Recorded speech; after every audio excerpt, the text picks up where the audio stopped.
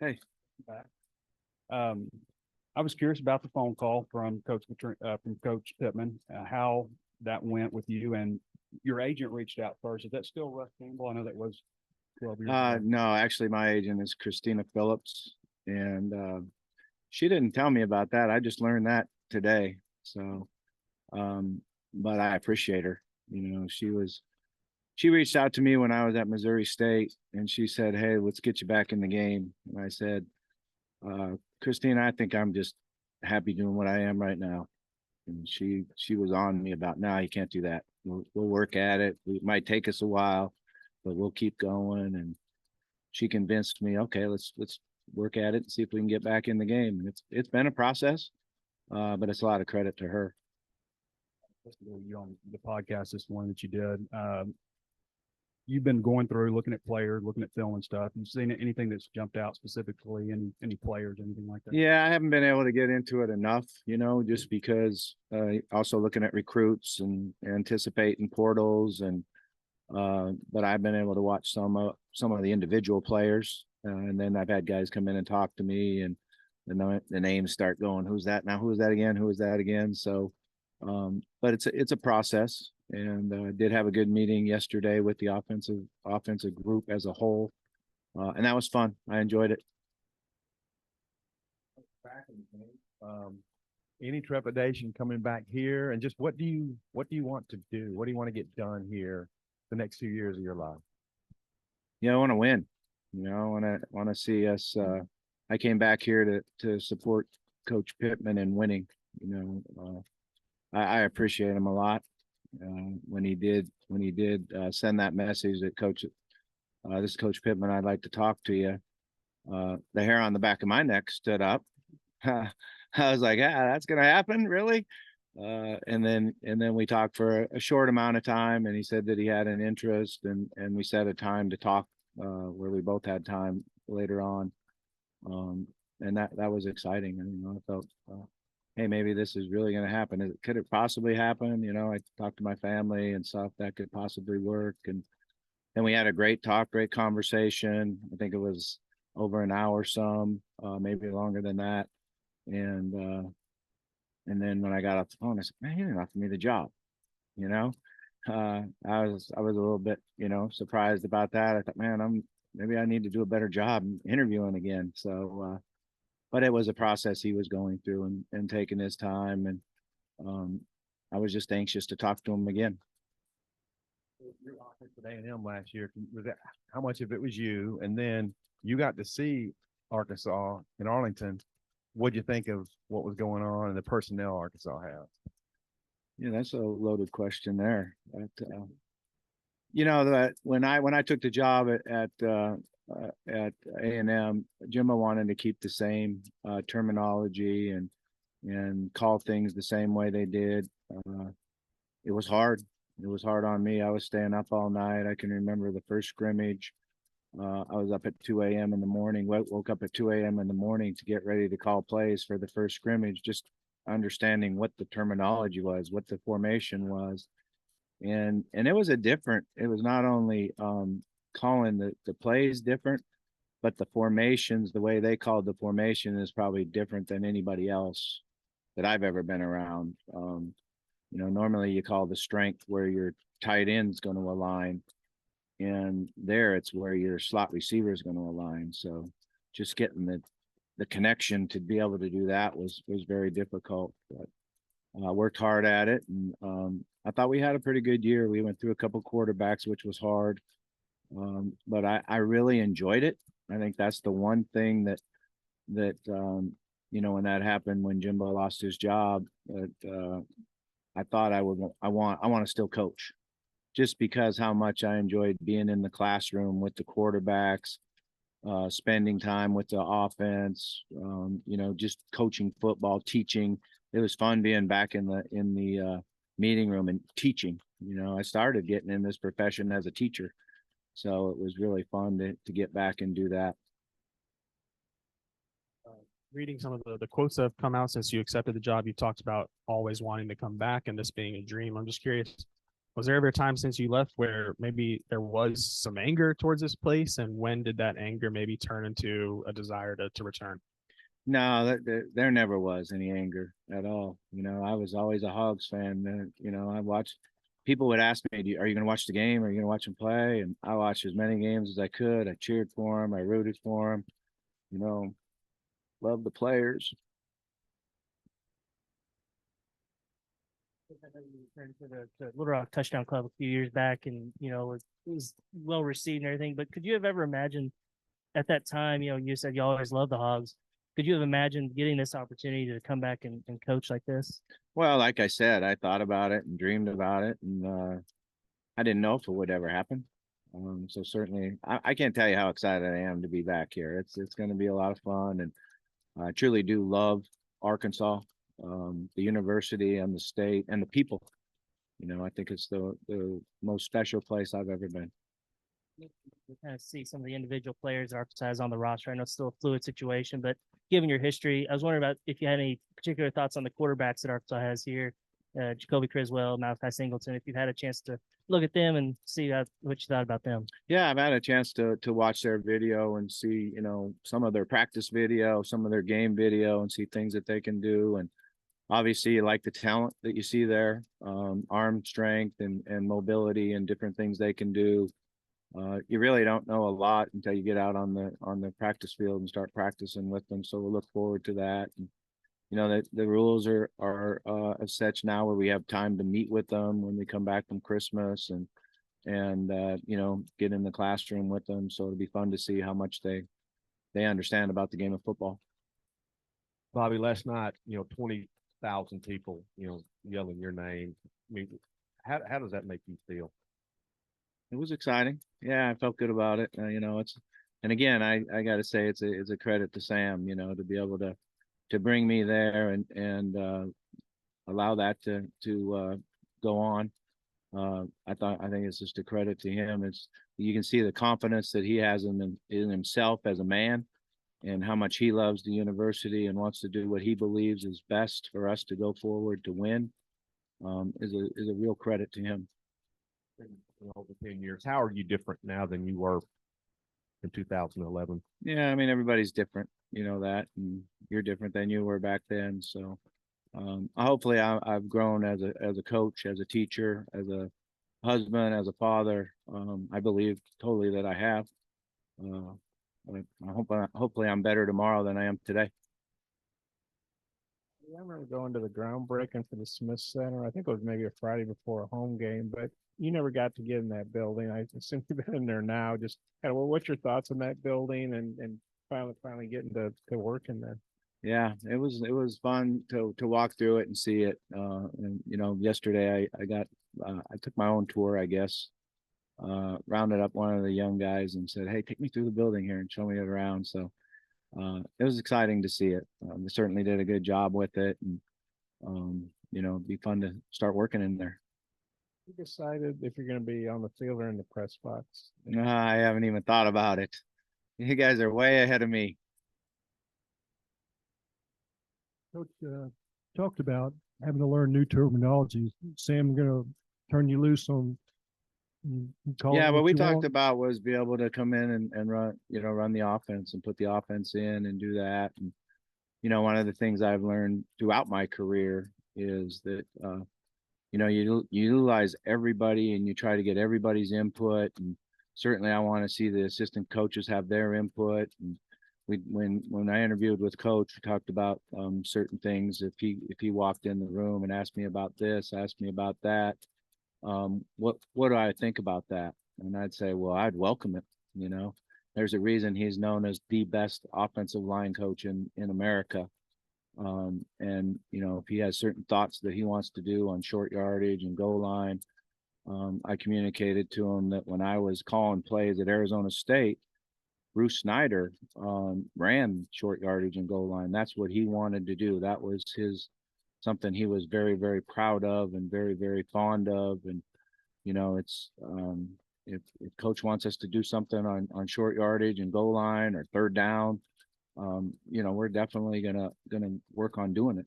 And I think that's how it has to work. That's how it goes. He's the head coach. and we're gonna do as much as we can to keep him satisfied and happy. And that as an assistant, what you try to do is keep the head coach happy, and not chewing you out. So that's one of my goals. Let's make sure he's not chewing me out every day. This is not football. So tell me about Northwest Arkansas. Look forward to hitting some balls in the bushes at Blessings, at Beaver Lake. What goes through your mind that I'm back in Arkansas? I got a lot to learn, man. I can't even find my way around. It's changed. It's really changed. The roads are a little bit different. The way you get places are a little bit different. I drove up in front of this building right here, and I'm like, wow, they redid that too. So first thing I got to do is find out where I'm at. Definitely like going to the lake. That's something that we've always enjoyed as a family and love to do. And it's on my bucket list to be able to slalom when I'm 70. So I've got to keep working on that, make sure I'm in good enough shape to be able to. I don't get up anymore on one, to be honest with you. I get up on two and drop, just because it's so hard to grind to get up on one. And nobody skis anymore. My kids have totally went away from me, and they don't ski. They surf and wakeboard, and I don't even see the fun in that. You go so darn slow. I don't know how it's fun, but I'm still gonna water ski. I've lost a lot of balls at Blessing, so maybe if I get to play that sometime, I'll find a few of them that I left out there. I have to drop a ski too, man. So, Well, I don't have to. I choose to. I'm kidding. I can't get up on one. Your signaling. I wonder what you thought of the signaling sign stealing flap this year, and how that apply to you, maybe, or how what's the future of signaling as well? Do you think helmet devices are? Yeah, I think that they should have done that a long time ago. And I don't know anything about Michigan and what they did or any of that. I honestly didn't pay any attention to it. But I do know when you went and played Clemson that they were going to have your signals. They had guys on the sideline standing there with the sheet of paper with your signals on it, and that was tough. And the SEC and the ACC and have talked for years about putting the piece in the ear, and one of the issues that you always have in the NCAA is everybody has a vote. So there's a lot of schools that play football that can outvote the major conferences that don't have the money for that technology to be in their helmets. So that's why they got to do something about it. But it's become more and more relevant throughout the years that I've been in about people stealing signals and calling defenses and offenses that way. Speaking of money, just your thoughts on Arkansas Edge and how that might help you in the portal and things like that. Yeah, I got some reading up to do on that. I've been kind of in a whirlwind, so I haven't even been able to check up. I know Coach told me that he was excited about the new NIL deal that's going on, and at A&M, the assistant coaches knew nothing. We weren't involved in any part of the NIL. I didn't know what anybody on the team got or didn't get. So I haven't paid enough attention to it yet. I got some work to do. Remember that 08 LSU game where you guys threw deep in a short yardage situation, and you were like, well, this is the last time their corners are going to be cheated up on it. And you've always kind of done stuff like that. Like maybe not even so much just about the plays that you're calling, just about when you call them and your feel and stuff. What has changed the most about your offense since you were here last? I honestly don't think a lot has changed, simply because I don't think it's about plays. I don't think it's about what you do. I think it's about how you use the players that you have. How you get the ball to a Jarius Wright, Joe Adams, how you get the ball to Dennis Johnson, and how you work, the different situations of the game. And so what I love to do is utilize players and then be really good at the situations of the game, and the players really understand what we're going to see in third and short, what we're going to see in fourth and short, and what we're going to see in the red zone, and what blitzes they run from the 15-yard line in, get everybody on the same page, and then practice the heck out of it. And then when you're on the left hash, 35-yard line, 1st and 10, you want to take a shot at the end zone. Everybody knows what we've done, what coverage we expect, and then what to do if we don't get that coverage. Or what are you going to do on 4th and 1, left hash, game on the line. We ran the ball the previous 2 times, got knocked right in the mouth. So let's give us a little play action in there and see if we can get it. So I kind of like to really work on situations and players. Is after Ryan Mallett's passing. I know you loved him, and I always remember also people used to say that Ryan Mallett was the perfect quarterback for your system, and then you went to Louisville and you had Lamar Jackson, and I was thinking, well, what's Lamar Jackson? What kind of quarterback do you like? I mean, and Tyler Wilson was a different quarterback to you. What type of system, a quarterback, I guess, in your system would you like to have the most? Yeah, I mean, Ryan was pretty perfect because Ryan was as smart as you could possibly be. He understood the game. He understood his players around him. He understood when you made a call, what you were thinking. He was really a guy that you could anticipate what he was going to do. When you saw the coverage and the play call, he would probably go the way he did in practice. Lamar was the same way. Lamar was a guy that really studied the game plan, really knew what he wanted to do, what we wanted to do as a staff.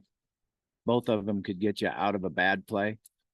You're not always going to hit the call as a play caller, and you can be really, really aggressive when your quarterback can come out there and say, oh yeah, this play action isn't going to work because they're blitzing 2 guys off the left side, and change the play or the protection for you.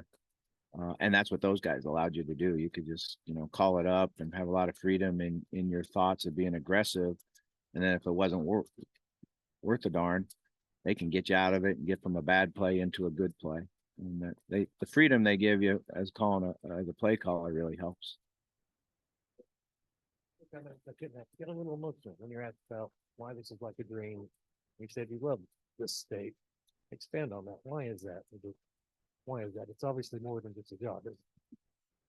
Yeah, I think, the relationships that I was able to have and make and then even continue after I left, was something that's always been special. I'm concerned. You say maybe you don't deserve a second chance in the universe. What do you do? I've been told winning cures all ills, but it seems like there's more than that. What do you say? Yeah, I'm kind of on the I'm not really sure what words to use on it, but my beliefs are it's okay for people to disagree, have different thoughts, have different opinions. There's no ad will to it. Nobody should have that. I grew up where this is in the United States of America, and everybody can have their own thoughts, their own religion, their own feelings on everything. And you know what? That's okay. We don't have to do anything about it. There's going to be anything done about it. That's just how it is. And I think that's one of the greatest things about a football team is guys come from everywhere, every different walks of life, different colors, different religions. And then you come together and you love each other and you go out and compete hard together and give each other a chance to win. So I don't have any ill feelings towards anybody that disagrees, or I just wish it was that way for everybody.